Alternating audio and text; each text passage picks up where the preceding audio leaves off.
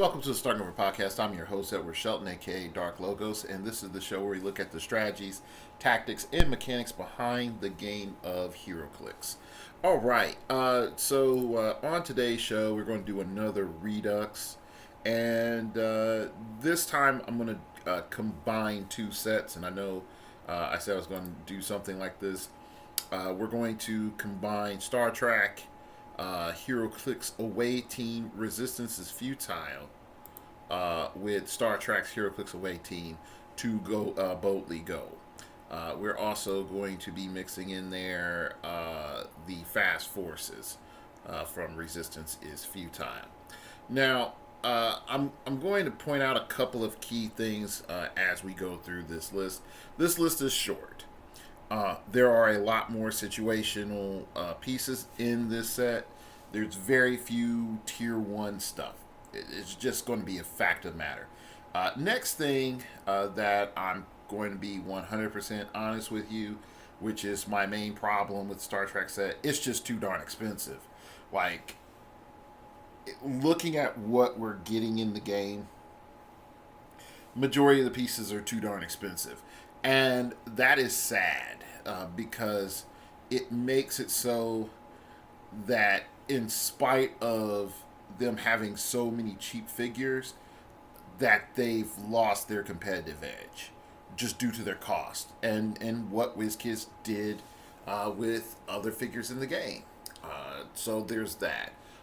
The other issue is that there's really not a lot of survivability.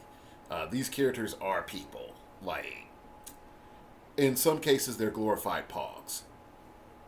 Just going to be honest, they're going to die from a standard attack, and we got to remember our standard damage output is 3 damage, not 1 damage, and a good chunk of characters are severely injured from a punch to the face if it lands. These are people, not superheroes. All right. So let's go ahead and start. You're going to notice some key trends here of certain characters popping up, and I don't know what to say. All right, our first character is going to be from Resistance, not Resistance Futile. It's the Boldly Go. And, no, it is Resistance Futile. It is Resistance Futile. We have Beverly Crusher, number 7. I know some folks are like, whoa, hold up, wait. We're already starting at Crusher, and I was like, yeah. And let's go into why she's good. She's 30 points. She's a medic, and I know a lot of people don't like the medic mechanic because that's 30 more points of which you can get enhancement, perplex, and a ton of whoop butt, which is unfortunately true. But she does have the following: removing the Borg implants. Free, choose an adjacent opposing character with Borg or robot keyword. Now that's important.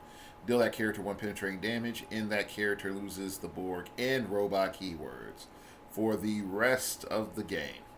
Now, some of you might say, well, Dark Logos, why, oh why, is this ridiculously scary and crippling? I love to tell you. First and foremost, Bastion. And any Sentinel will be severely pissed losing robot keyword for a multitude of reasons. But getting rid of robot keyword means like, hey, you cannot benefit from this leadership bonus. There are also several other options, like if you're going into Golden Age and they still allow Justin Seferit. Saying that his robot is not a robot anymore, that could potentially have some issues. There may be some, hey, timings, blah blah blah blah, but just saying like, yeah, you're not a robot. So there's a lot of keyword shenanigans that could come up. All right, then she has heal any being in need regardless of the prime directive. Support, you just get it. Free if Dr. Beverly Crusher is adjacent to at least one opposing character. Heal all adjacent characters 1 click. Opposing characters healed this way can't attack Dr. Beverly Crusher until your next turn.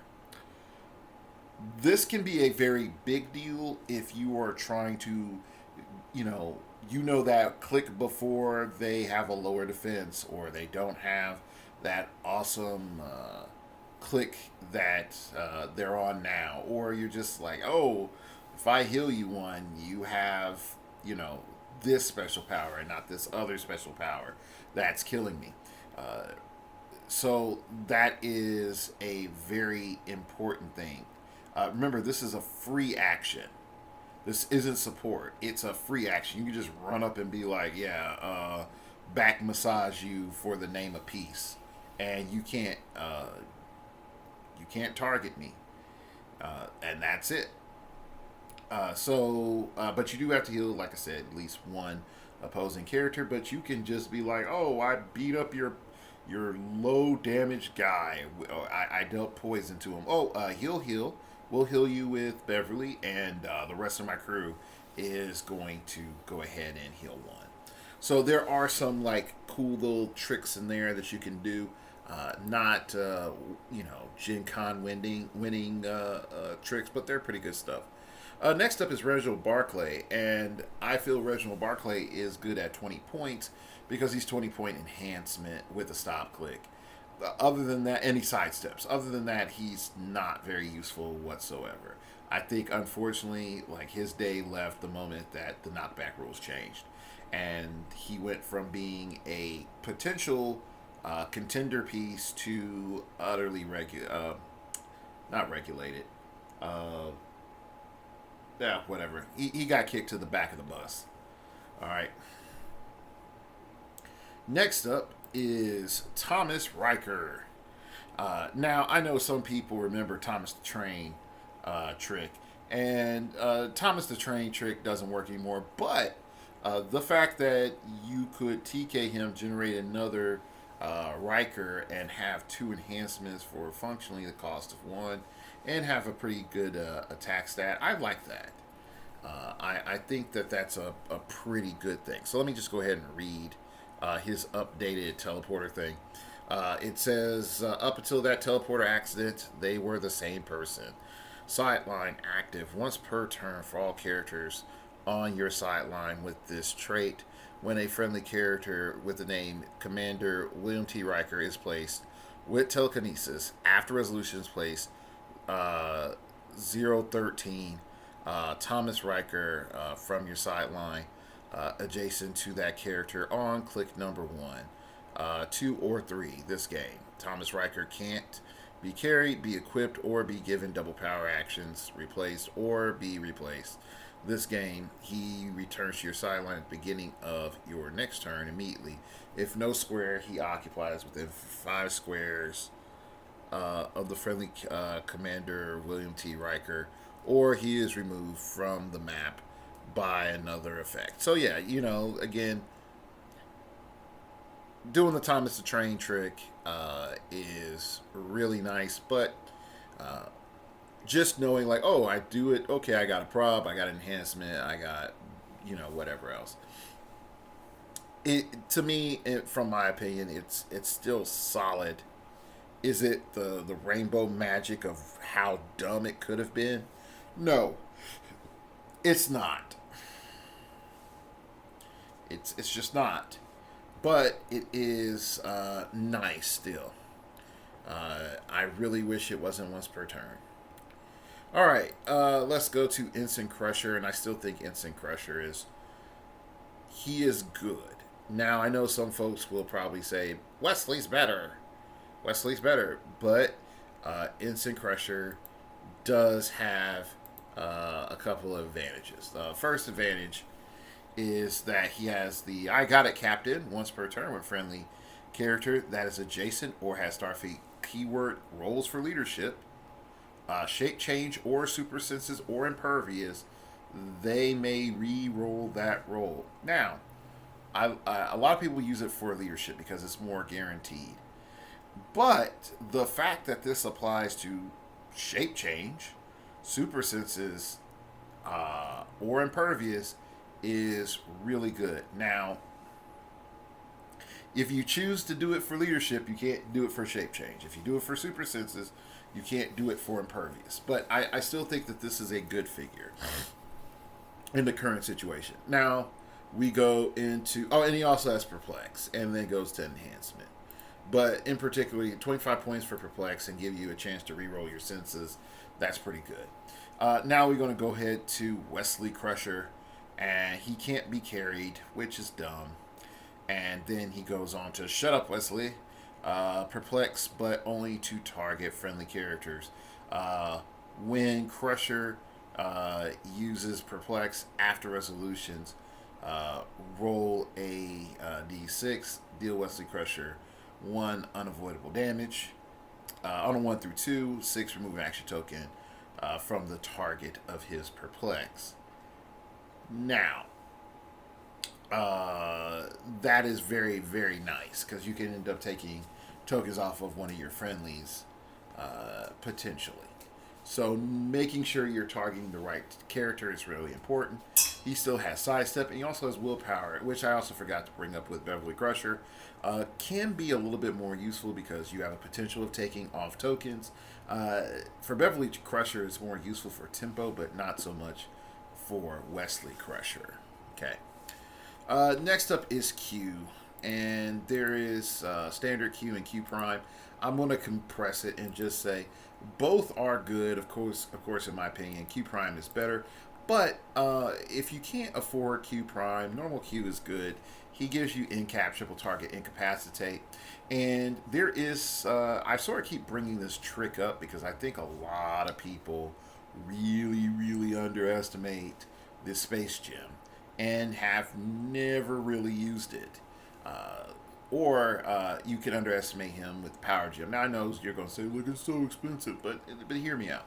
If we go with the space gem, and I want us to look at that. All right. In the space gem, it says the following. And this is Avengers, Black Panther, and the Illuminati. Modify speed by +1, phasing teleport passengers 2, which is, again, important. When this character hits, if the attack roll is 10 or higher after resolutions, you may place a hit character up to 8 squares away from their current square. Yes. So, you might be asking, Dark Logos, you mean I can hit them with Incapacitate and then proceed to teleport them 8 squares away from their current location, thus sort of teleganking several characters toward me, or spreading out their entire force into places that are rapidly annoying? And the answer is yes. Yes, you can. And I bring this up because I think, in particular with this Q, making it a taxi and giving it that ability all of a sudden adds some, more value to it. I do hear the complaint, well, Dark Logos, I just go and hit it with Pulse Wave. Or, hey, Dark Logos, I'll just go ahead and, hit it in the mouth and it's dead. Yes, I'm not going to disagree on that. And again, that's where I would say is turn to team building and really look at it. But I will say, with accessibility, point cost, and, combining it with a Space Gem. And I know Space Gem has been one of my little kicks lately. But that can come back and just be a major problem for your opponent that they have to solve for Q and in a aggressive sense. Like, he's tokening down your team, and if he rolls high, he's going to be teleporting them like all over the place. And with my opinion, I believe that this is like more like Q from the show, is giving him the Space Gem and doing that. I feel like that's more thematic. So you could sort of get away with that, playing him at higher points and doing that trick. Q's teleported people all over the place all the time. So, it's like, come with me. Here we are. these people are going over here. Here's Native Americans running around your ship. Oh my gosh, like what are these people doing here? You know, so that is why I really do like Q. Now I know some people will look at me and say like, well, what about the higher points? And that's for fun. But I do think at lower points, both Qs are competitive. Of course, standard Q is probably tier 3, almost tier 2. And then standard Q, I think now is like tier 2. It was tier 1 for a long bit, but with the rally dice, I gotta be honest, the rally dice actually threaten Q's finality. So that is a reality that you have to deal with. Is active player will say like, oh, you want to use your Q dice? I have a rally dice, and my Havoc is loaded up with rally dice. Go ahead. Are you? Oh, you're not going to replace my dice? Okay, cool. I'm going to keep my rally dice, and I'm going to force you to try to bog you down, and go through your dice. So there's that. All right, so we're going to go into the Fast Forces, and really there's only one figure from the Fast Forces that is worth a darn, and that's 50-point Commander William T. Riker, and that is to set up the Thomas the Train trick. In the current age, him being 11-3 for 50 points is not bad. It used to be better, but within a Starfleet team, he's hitting above his pay grade. But it hurts. It really, really does hurt because for a little bit, this figure was actually decent, and you could play a competitive enough game at a locals using this figure. Now, not so much, but it's tier 3. It can get over on your locals. All right, next we're going to go to Boldly Go, where my wallet has gone before. All right, so we got Romulan Officer, and Romulan Officer has Smoke Cloud. When Romulan Officer uses it, you may also generate an obscuring terrain marker in each square within range that's occupied by a friendly character. With a Romulan keyword at the beginning of your next turn, remove those markers. Again, 25 point smoke cloud plus enhancement, and if you have any Romulan shenanigans, you can do that. But we're primarily looking at it as sidestep enhancement and smoke cloud for 25 points. I don't really even care what the Romulan team Star Empire team ability does. 25 points, smoke cloud, sidestep enhancement. I think that's good. You are also dealing with spy keyword is another element that stands out, so that offers a good amount of viability as well. All right. So I feel like that is a decent enough value, so it's tier 2. All right, let's go to Starfleet Admiral. I feel there's a lot there. I know that hefty 50 points, I know that makes people feel not that good right now. Starting with stealth, 4 range, not feeling good. 1 damage, but this trait is really gold in my opinion. You will abide by Starfleet regulations leadership, period. When Starfleet Admiral uses it and succeeds, you may instead choose 1, remove an action token from a non-adjacent friendly character, and that character can't attack this turn, or give an action token to a friendly character. You can't choose a character with 2 already, and if you do, action total by +1. Now, the action total by +1 element is the thing that I feel swings the most with your setup, because you're able to get your politician teams in a 300-point game 2+5. Another thing that I am looking at with this is being able to take a token off a character like Molecule Man and just be like, you can't attack, but you weren't going to attack anyway. Yeah, now take another time, take another action, build the wall. And I think that is a important thing to understand. And when we have a balance of play, that you don't always have to be shooting and throwing hands, and that's all HeroClix is about. There's a lot of movement placement and other things that come in and are factors just as much when you're looking at team design. So I think this one figure has a place. It's useful. I don't think a lot of people are going to look at it, even though it has a lot of utility, because it just does not fall in the proper point values of a support currently in the game for what it does.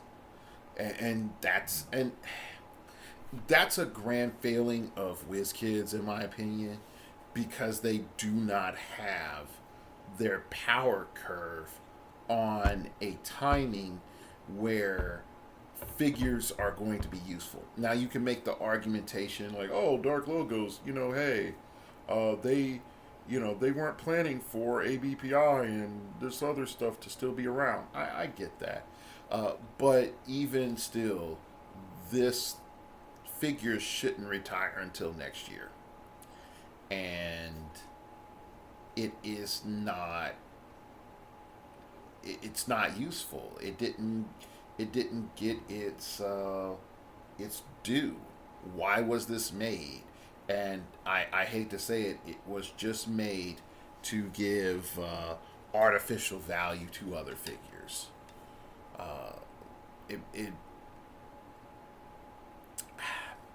Yeah, I'm not going to go any further than that. So let's go ahead and move on. Next up, I have is Lieutenant Geordi. I keep doing that. Geordi Laforge, and he has 35 points. Now, this is where I would argue is he is getting close to that perfect curve for points. He's a little bit high now, because I remember, I can get Faust, homie. Let's not get it twisted. Faust offers me a lot for 30 points, 35 points, somewhere like that. He's cheap. Let me check that, because I think he's 30 points. Because I know I'm going to look at this and then be like, yeah, I was right. Yeah, 30 points. Yeah, I was right. Faust offers me a lot for 30 points. That's a lot to compete against. And I don't think WizKids understood how much it was to compete with the 30 points that Faust is. I blink. I have a blink. I have stealth. I have outward probability control plus enhancement. That is stupid. That's stupid. Okay, let's look at Geordi Laforge. Okay, he has improved targeting, ignores hindering in a 5 range. So that's not that great. Free, choose an adjacent friendly character. That character can use improved targeting, hindering until your next turn. This is great. Is this as strong as it was a year ago? No. Was it as strong as when it came out? No. Is it still good? Yes. Now, why? What is the major change that makes this not as strong? Pure and simple, I can outwit adjacent stealth characters.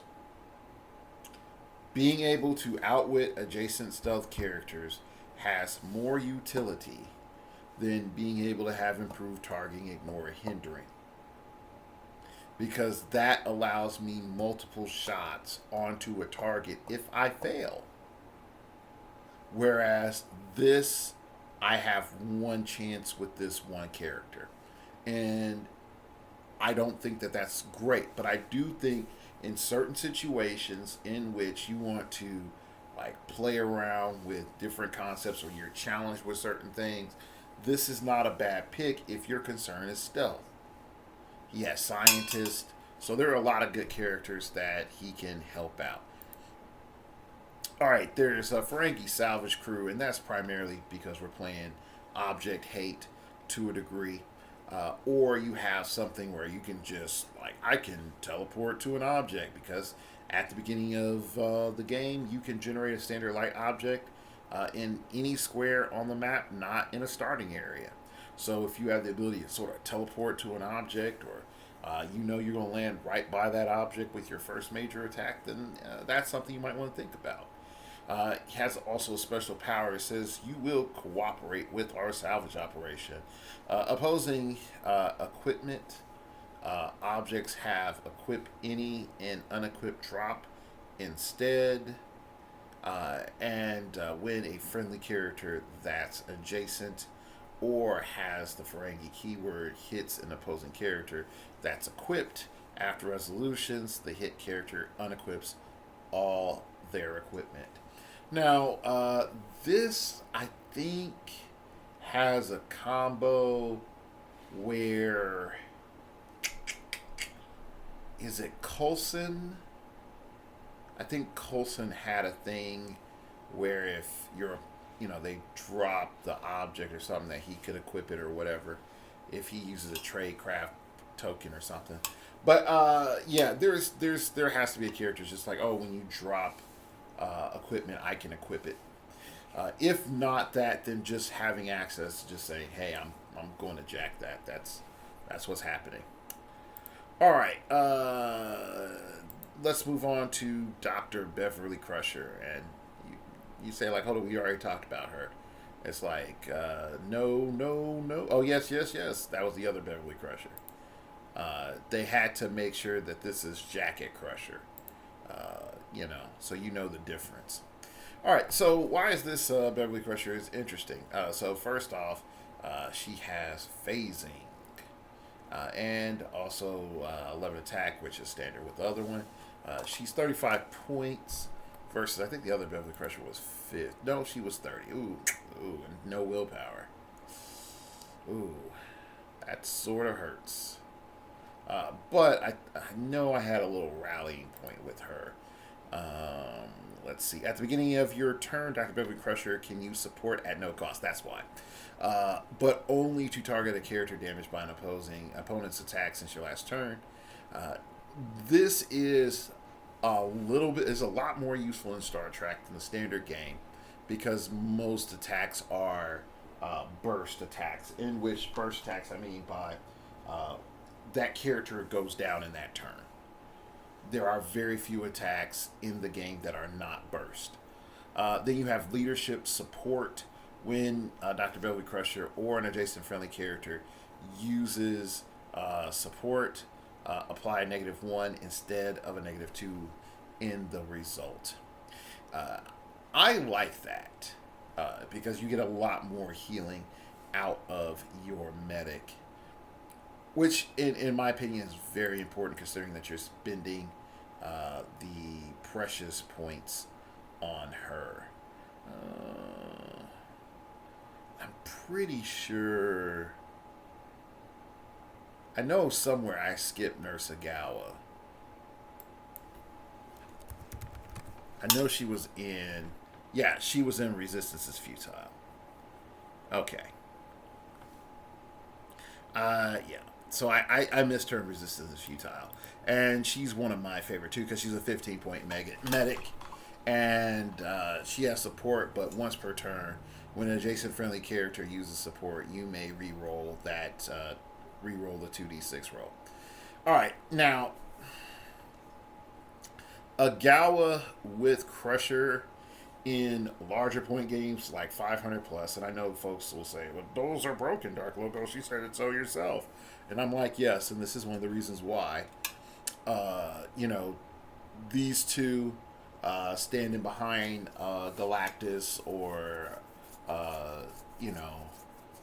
Master Mold, or a full-on Tri-Sentinel, or whatever like horror that you want to unleash upon your local game store. Two of these suckers is ridiculous.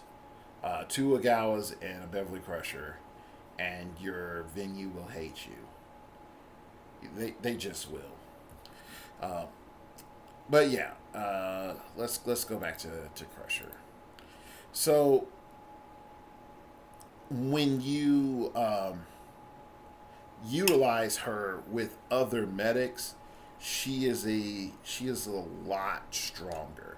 You just need more points so that you can have more medics, and then have the ability to sort of put them in the back, make that stand, and uh, preferably have some barriers so your opponent can't just, be right up next to you and then be like, oh yeah, you can't heal now, ha ha. Okay, next up is Miles O'Brien. Now, I like Miles O'Brien for two key elements. Number one, well, three. Number one, he has telekinesis. So he can start getting you into place. Now, I know the argument is that's 50 points. That's really expensive. And I understand that. He also has sidestep, which is useful. And he also has willpower, which will help him get tokens off now, unlike before. But he has get them out of there, O'Brien. If Miles O'Brien has 0 or 1 action tokens, friendly characters that are adjacent or have Starfleet keyword can use super senses. When a character uses this super senses and succeeds, give Miles O'Brien an action token and place that character adjacent to Miles O'Brien. Now, again, this is more useful for higher point games, and you are behind big bad tip pole guy on your force. But that aside, the ability to give a character super senses is really good. Definitely, if they have other forms of evasion, that can be very empowering. Let's go ahead and look at our last option, Dr. Catherine Pulaski. And again, you can sort of tell I have a trend here, which is support is pretty much the best thing Star Trek has in that perplex. So her first click, she has the 8 move with the sidestep. She has a special attack power technique for wiping memory engrams. Choose an adjacent character. Until your next turn, that character has protected outwit, opposing perplex. She may activate this power as free instead, but only choose a character she shares a keyword with. And she has scientist keyword. Now, I want you to think about this. To have a scientist that is protected outwit because reasons. That can be really, really strong. And then add on opposing perplex. Yeah, and you're getting a medic. That's 30 points. I think that's a really good deal. And that puts the player in a bit more of a defensive position than they were before. Giving that protected outwit in the protected perplex, that is a lot of value. All right. I'm going to go back to something that I was talking about in the Regenesis Redux before I wrap up this show. I had my boy Matty G indicate to me that, yes, it is possible to get Jean Grey School of Higher Learning in also Utopia. Cyclops and Wolverine from House of X do have those cards in which it grants those abilities. Okay?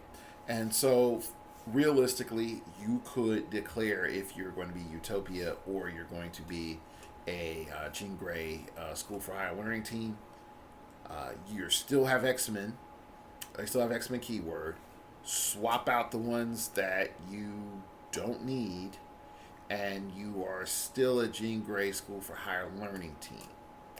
Now, if you have other effects that are based off of keywords, of course you're defaulting to X-Men, but you are a Jean Grey School for Higher Learning team. All right, now that might screw you over a little bit on your theme probs or not. I don't know. I'm gonna say probably not because the POG ruling is the POGs could use theme probs. So like once theme team is established, you just get the 3 probs. So it might work out for you. So that makes, in my opinion, several figures way more stronger because you have the ability to activate them. into their final form. At the same time, there are several other figures that I think you would probably want to have some very careful addendums on, and how you play them. One of which, in my opinion, uh, yeah, one of which would be Gambit. Gambit, I think, goes up in utility once he's uh, on his other card, and there was one other figure. I think it's Danger on her Utopia card. She becomes a lot better. I think a lot better character. So there's some other things that you might want to reevaluate with point values of determining if you want to, stick with that or not. All right. So shout outs to Maddie G for giving me that little advice and giving you that little bit of knowledge. And so, yeah. All right. You can, that's pretty much it for today's show. I was getting ahead of myself. You can email me at startingoverpodcast@gmail.com. That's startingoverpodcast@gmail.com. If you wish to opine, keep it piffy, keep it interesting, keep it awesome, baby. Let me know what you think about this set. And doing this Redux for both the Star Trek sets. How does it make you feel knowing that Star Trek is very overcosted and underpowered? And am I wrong on Q? I really want to hear feedback on that. Am I wrong on Q? Like, I think he's still good, but does the rally dice just kick Q out the meta? Because of what's coming. Like, I don't know. I know, again, not all attacks are using a rally die, but I'm just saying, replacing dice has become more and more prominent. So, all right. I'd like to thank you all for listening. And remember, we all have to start over sometime.